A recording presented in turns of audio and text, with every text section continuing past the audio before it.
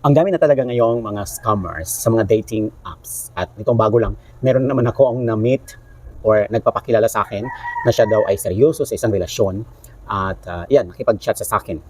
Then, nagpakilala siya na isa siyang military na deploy sa isang somewhere in Middle East na lugar. So, nung sinabi niya sa akin na siya isang military, nagduda na ako. Dahil dati meron na akong nakachat na nagpakilala din sa akin na siya ay military. Siya ay isang scammer. Kaya, nung itong bago na nagpakilala sa akin na siya ay military, nagduda na ako na siya ay scammer. Kaya, sinabi ko sa kanya, if you are interested, then mag-video call tayo.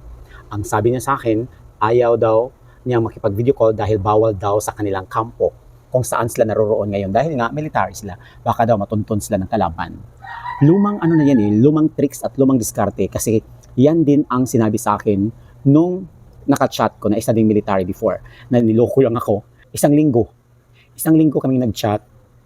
After nun, sinabi niya sa akin na may pinadala daw siya sa akin na package dahil daw malapit na daw siyang magbakasyon at gusto niya dito sa Pilipinas magbakasyon. So pinadala niya sa akin yung gamit niya at saka may laman daw pera.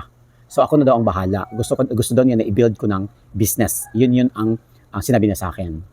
Sa akin naman, sinabi ko noon na okay. Pagdating ng ilang araw, may tumawag sa akin at nagpakilala na sila daw ay taga-custom. Hindi daw nila i-release yung package ko kung hindi ako magbayad ng 3,000 pesos. Doon ko naisip na scam or scammer ang nakilala ko. Kaya itong bago ngayon, hindi na kumaba pa ang aking pagpapakilala sa kanya at hindi ko na siya sinakayan. Dahil alam kong scammer din siya. Kasi first pa lang nagpakilala siya sa akin. Same, no? Military, naka-deploy sa Middle East, at plano niya na magbakasyon dito sa Pilipinas.